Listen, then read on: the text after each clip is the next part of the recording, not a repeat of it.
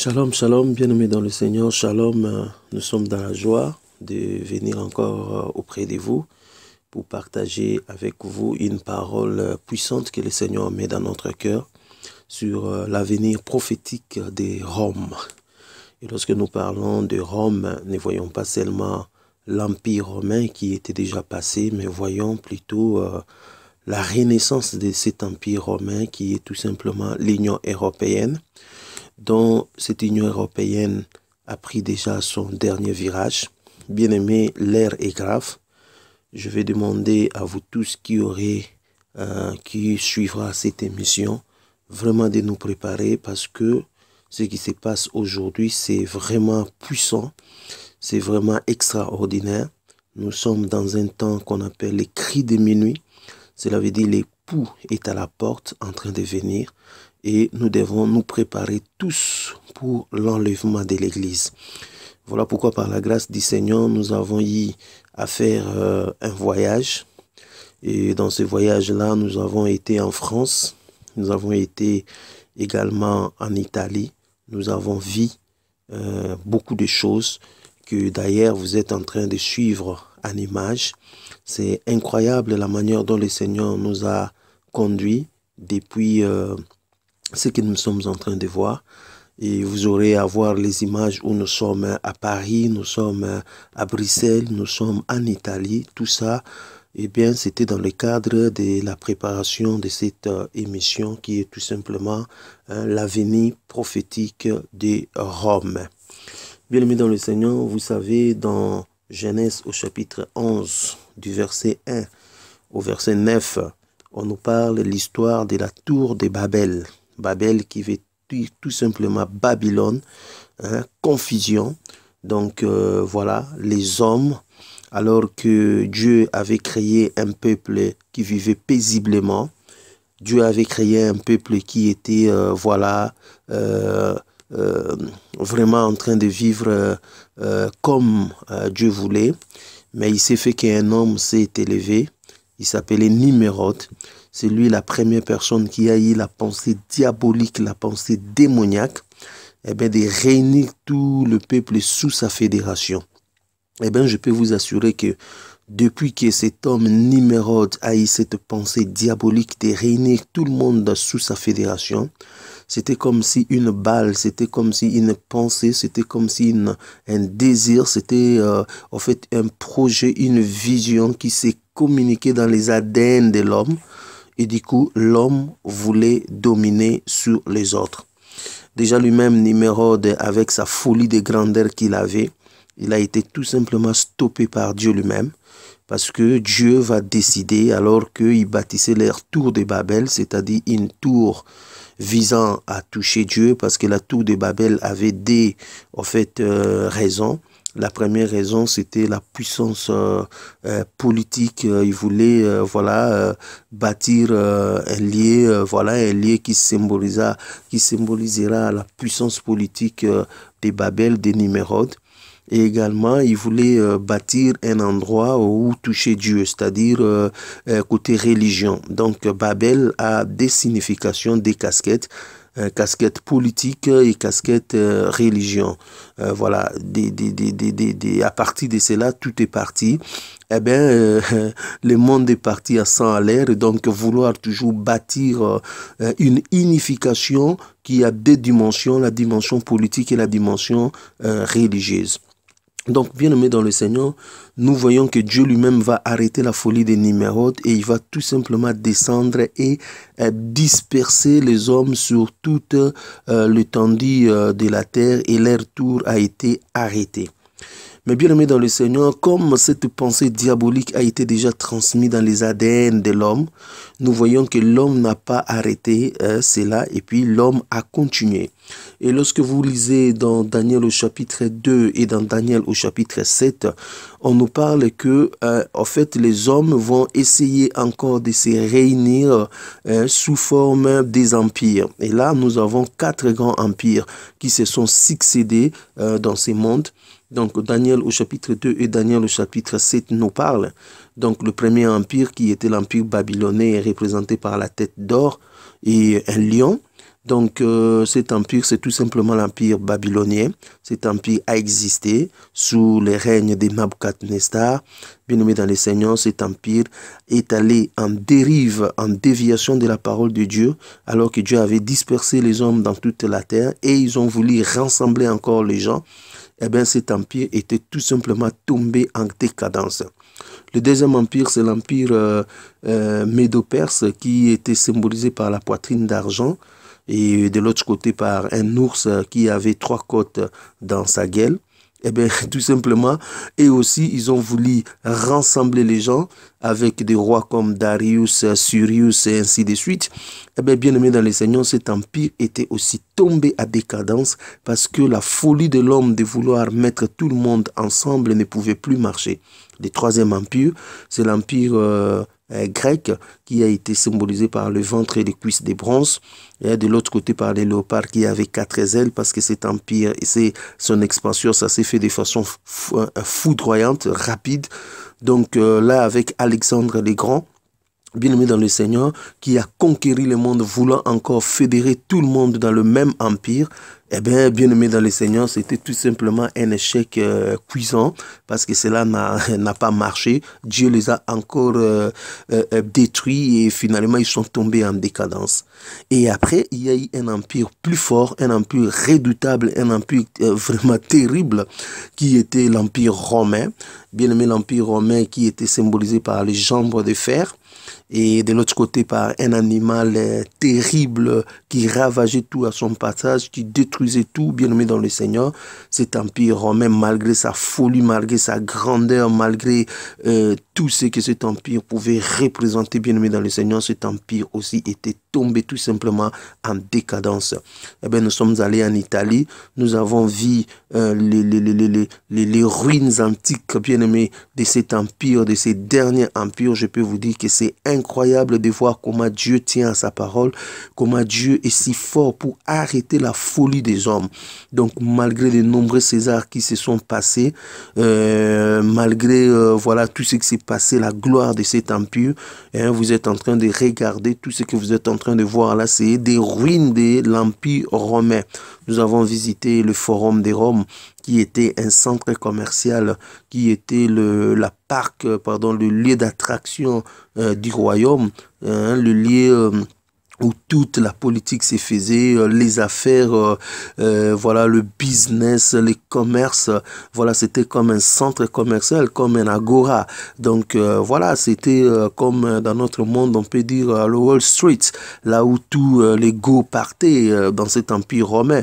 Regardez comment le Forum de Rome est devenu, voilà, une ruine. Peut-être vous êtes en train de regarder et de vous demander même c'est quoi cette affaire, mais je peux vous dire que c'était là le centre de l'Empire romain pendant au moins plus de 555 ans. Donc, parce que cet empire a commencé bien avant Jésus-Christ et a terminé aussi vers les 400 et quelques après Jésus-Christ. Donc, plus de 550 ans où cet empire romain va exister, et bien aimé dans le Seigneur.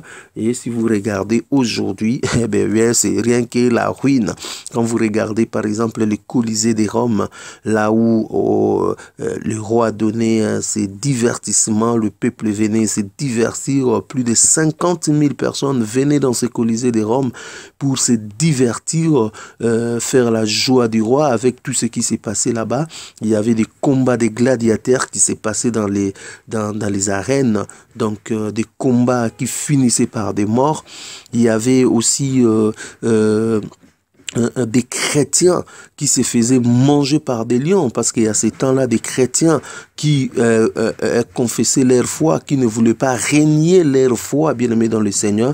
Eh bien, ils étaient tout simplement menacés, ils étaient tout simplement jetés dans les arènes, et puis on lâchait les lions les mangeaient. Ces chrétiens étaient persévérants, bien aimés dans le Seigneur. Ces chrétiens, malgré la mort qui les attendait, devant un peuple surchauffé par la joie, l'euphorie de voir comment les lions vont déchirer des chrétiens, eh bien, ces chrétiens chrétiens ne reculent pas parce que ces chrétiens, bien aimés dans le Seigneur, ils étaient en train d'avancer, ils étaient en train, au fait, de s'attendre à un royaume plus excellent au ciel. Ils n'avaient pas peur. Donc, le Colisée de Rome était un endroit où également on faisait des reconstructions des batailles maritimes de l'Empire romain. On remplissait ces Colisées avec les arènes avec de l'eau et puis voilà, ça se faisait des choses. Donc, c'était un lieu de divertissement pour le bon plaisir des empereurs et également pour le bon plaisir du peuple. Mais aujourd'hui, quand vous regardez plusieurs années, vous regardez, ce n'est qu'une ruine. Aujourd'hui, je me suis même posé la question, pourquoi le Seigneur a permis que plusieurs temps, parce que le Colisée de Rome a été inauguré en l'an 70 par le général Titus qui était devenu empereur, donc celui qui va en fait inaugurer le Colisée de Rome. Mais je me suis posé la question, pourquoi de l'an 70 jusqu'aujourd'hui, Dieu a permis à ce que cet ouvrage que vous êtes en train de voir également dans vos télés, ainsi de suite, puisse subsister. C'est tout simplement parce que Dieu voulait nous montrer que, en fait, la gloire des hommes finiront toujours par passer. La gloire des royaumes de ces mondes finiront toujours par passer. La gloire, au fait, humaine et, au fait, éphémère. Donc, voilà. Donc, nous voyons aujourd'hui cet ouvrage Colisée de Rome qui a résisté à la guerre, à la Première Guerre mondiale, à la Deuxième Guerre mondiale, à plusieurs guerres qui se sont déroulées sur cette terre, au tremblement de terre, à plusieurs histoires. Mais quand nous voyons cela, ça nous rappelle aussi une chose, c'est que l'homme passera avec sa vaine gloire. Donc, bien aimé dans le Seigneur, nous voyons tous ces ouvrages devant nous, la ruine, je fais exprès, bien-aimés dans le Seigneur, que vous puissiez voir, au fait, la ruine de l'Empire romain pour que nous ayons tous l'idée qu'un jour, le royaume de ces mondes vont passer. Le seul royaume qui ne passera jamais, c'est le royaume de Yoshua HaMashiach, parce que son royaume est éternel, son royaume n'a pas de fin, son royaume est différent du royaume des hommes. Voilà pourquoi, bien-aimés dans le Seigneur, malgré les efforts que les hommes ont entrepris, en commençant par le temps des Nimérode dans la tour de Babel, ils n'ont pas su unir les gens, parce que unir les gens, ce n'est pas un domaine de l'homme, mais c'est un domaine de Dieu. Dans Daniel au chapitre 2, le verset 42, écoute ce que la parole de Dieu nous dit. Et comme les doigts et le pied étaient en partie de fer et en partie d'argile, ce royaume sera en partie fort et en partie fragile. Écoute maintenant le verset 43 de Daniel chapitre 2, la Bible dit, tu as vu le fer mêlé avec l'argile, parce qu'ils se mêleront par des alliances humaines, mais ils ne seront point unis l'un à l'autre, de même que le fer ne s'allie point avec l'argile. Donc, nous voyons ici que l'argile est une autre matière comme le fer également. Cela veut dire c'est la différence des peuples.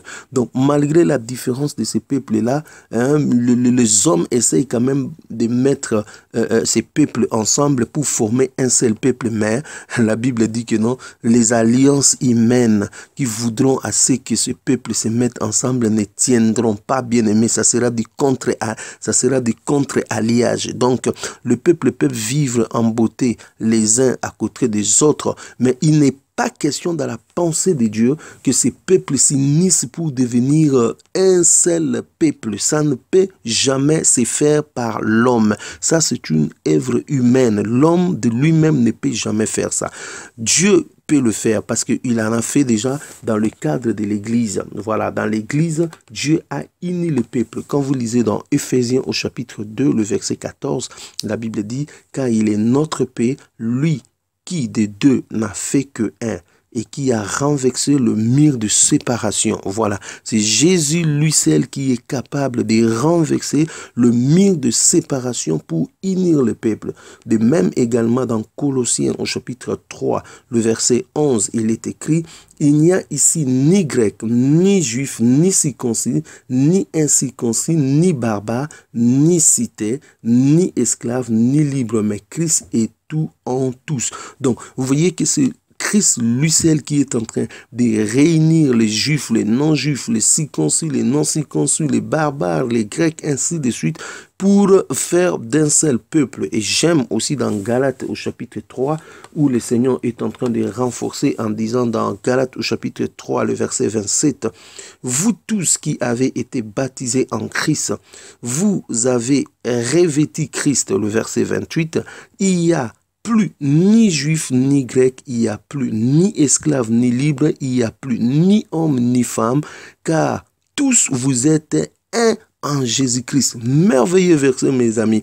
La Bible dit tous vous êtes un en Jésus-Christ. Seule personne qui est capable d'unir le peuple, celle qui est capable d'unifier le monde, de faire vivre les hommes, les femmes, les juifs, les non-juifs, les circoncis, les non-circoncis, les grecs, les serbes, c'est seulement Yeshua HaMashiach. Cela veut dire, c'est tout simplement l'œuvre de Dieu qui peut arriver à faire cela. Mais nous voyons que l'homme a essayé par plusieurs empires de le faire, mais malheureusement pour lui, il n'a pas pu.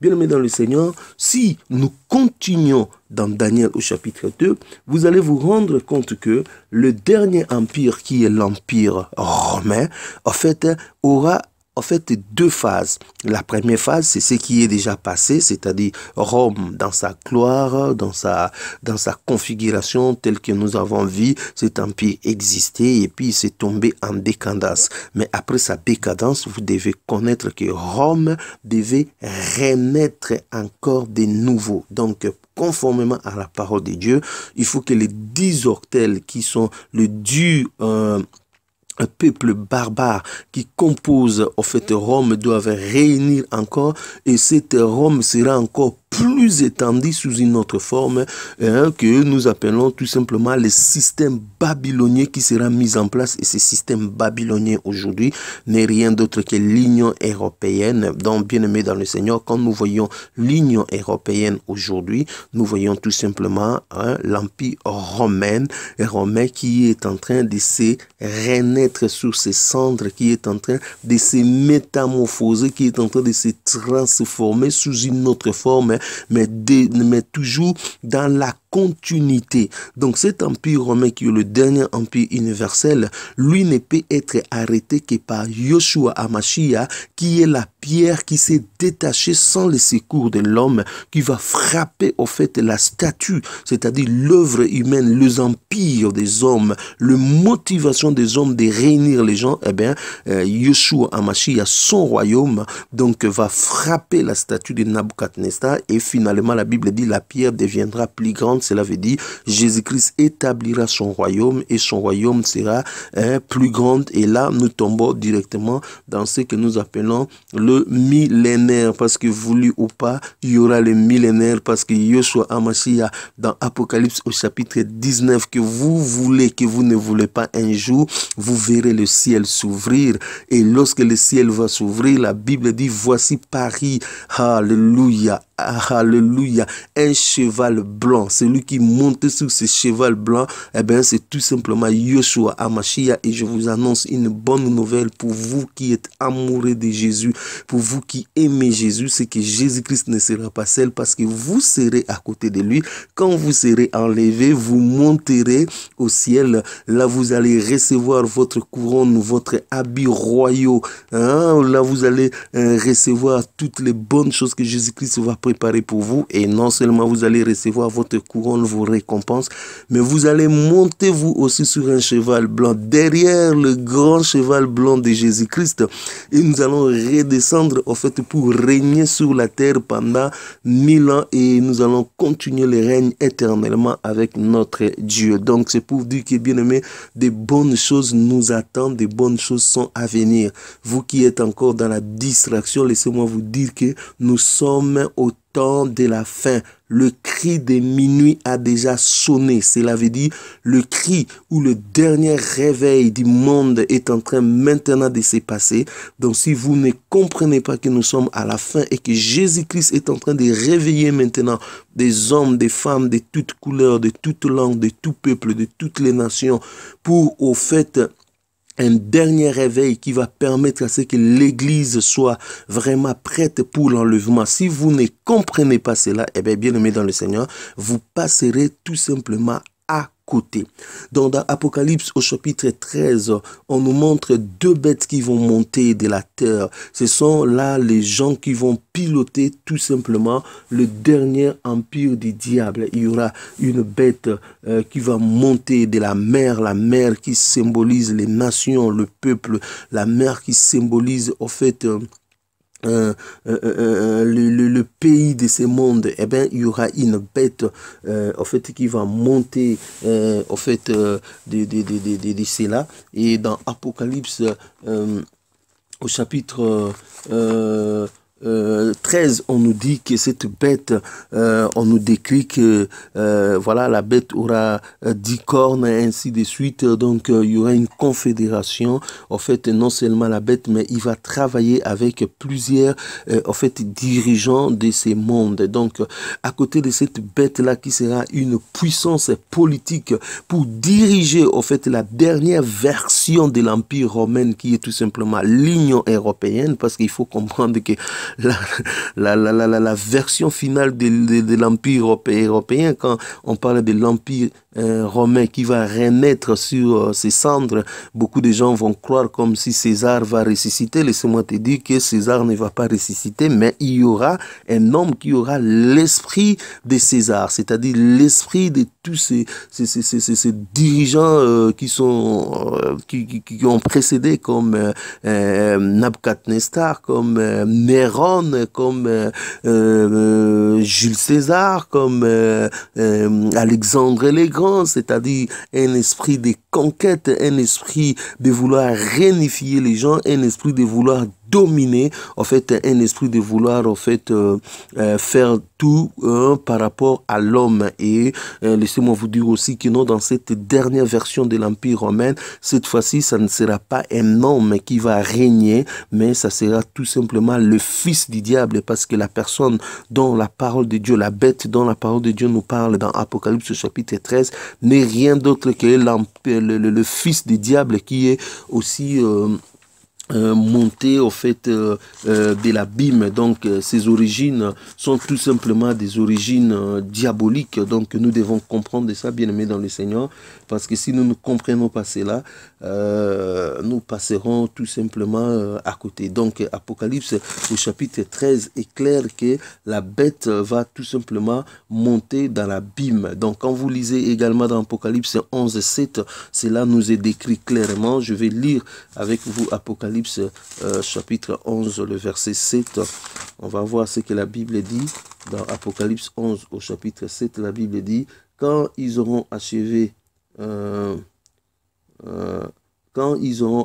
leur témoignage, la bête qui monte de l'abîme leur fera la guerre, les vaincra et les tuera. Donc on nous dit tout simplement la bête qui va monter de l'abîme. Donc il s'agit ici vraiment des fils de Satan qui va monter tout simplement de l'enfer, et il aura une puissance de séduction terrible par des signes et des miracles pour voilà, séduire le peuple. De même dans Apocalypse chapitre 17 verset 8, la Bible dit: la bête que tu as vue était et elle n'est plus, elle doit monter de l'abîme et aller à la perdition, et les habitants de la terre, ceux dont le nom n'a pas été écrit dès la fondation du monde dans le livre de la vie, s'étonneront en voyant la bête, parce qu'elle était et qu'elle n'est plus et qu'elle réapparaîtra. Donc nous voyons que la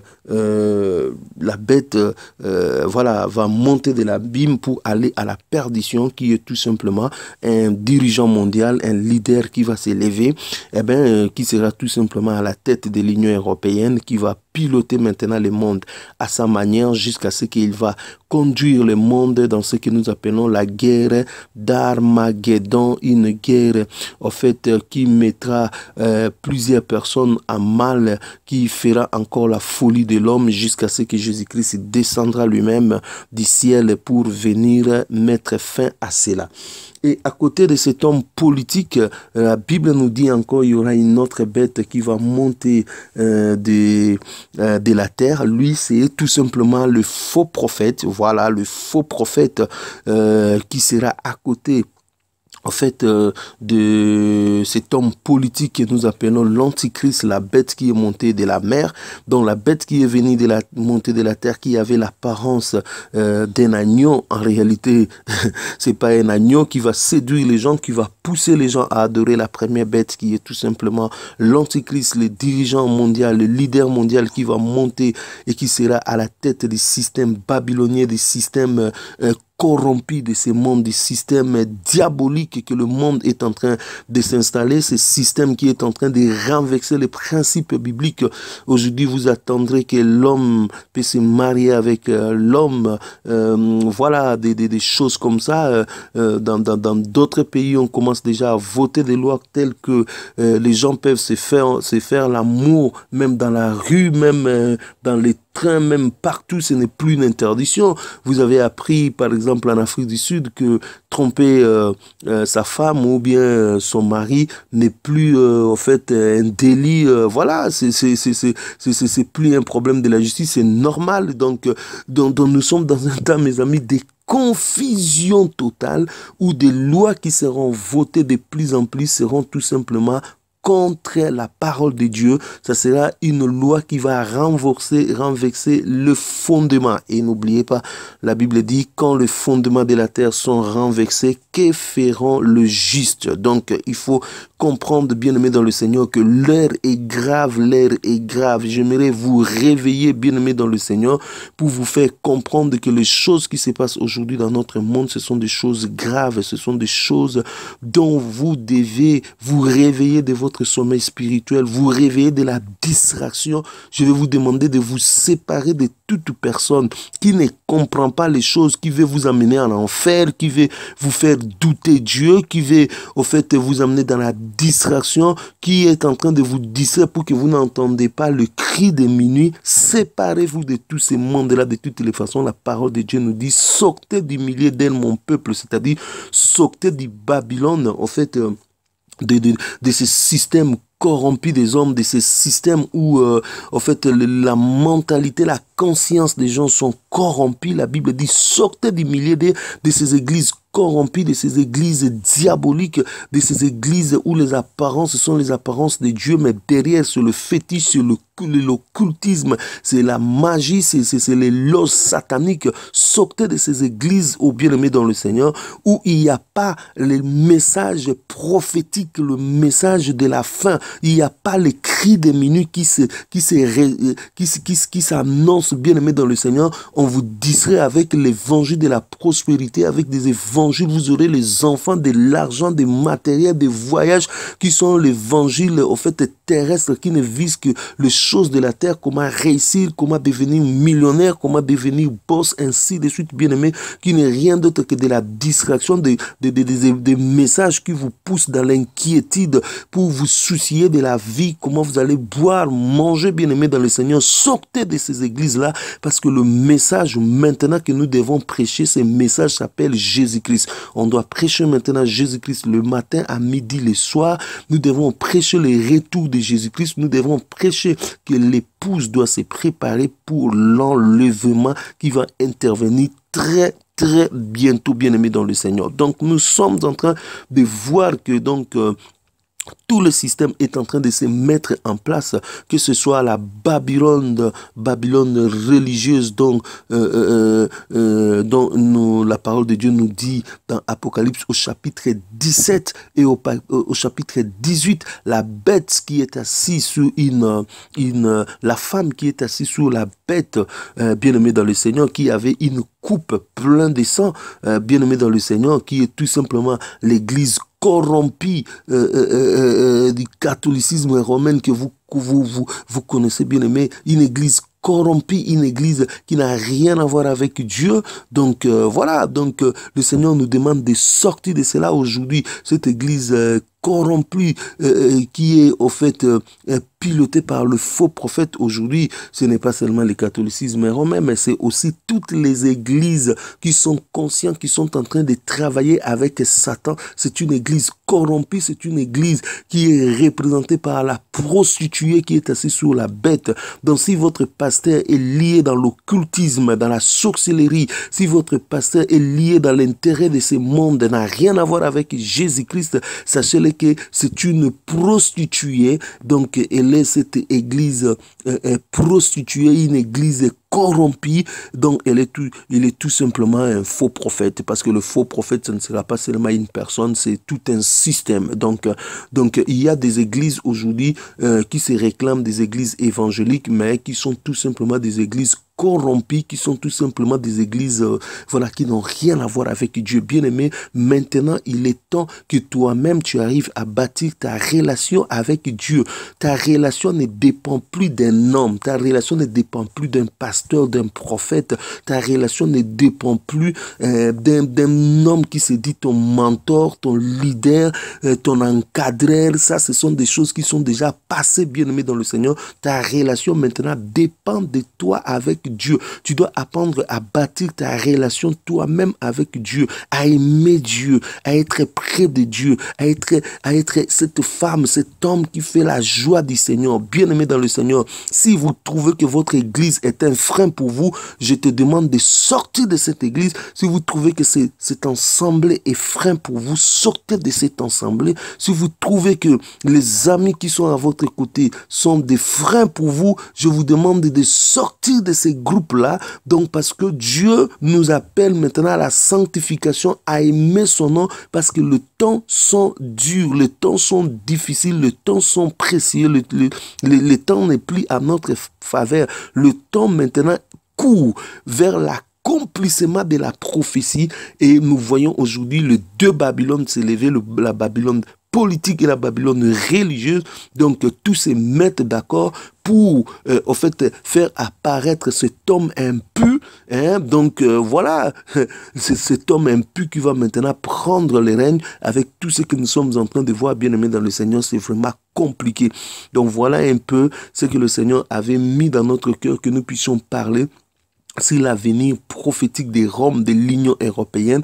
Et laissez-moi vous dire que l'avenir prophétique de l'Union européenne que nous avons aujourd'hui, c'est tout simplement la destruction, parce que ils veulent faire la volonté de l'homme, de vouloir rassembler les gens pour faire régner le fils du diable. Et Dieu va confondre. Et lorsque vous êtes en train de parler de cet empire romain qui est élevé, qui est l'Union européenne, laissez-moi vous dire que la France est dedans, la Belgique est dedans, l'Italie est dedans, la Grèce est dedans, tous ces pays de l'Union européenne sont là, et ce système s'étend jusqu'aux États-Unis, au Canada, le Japon, la Chine, tout ça. Vous êtes en train de voir aujourd'hui des conflits Russie, États-Unis. Laissez-moi vous dire, c'est de la distraction totale, bien aimé dans le Seigneur. Ils sont tous dans ce système corrompu.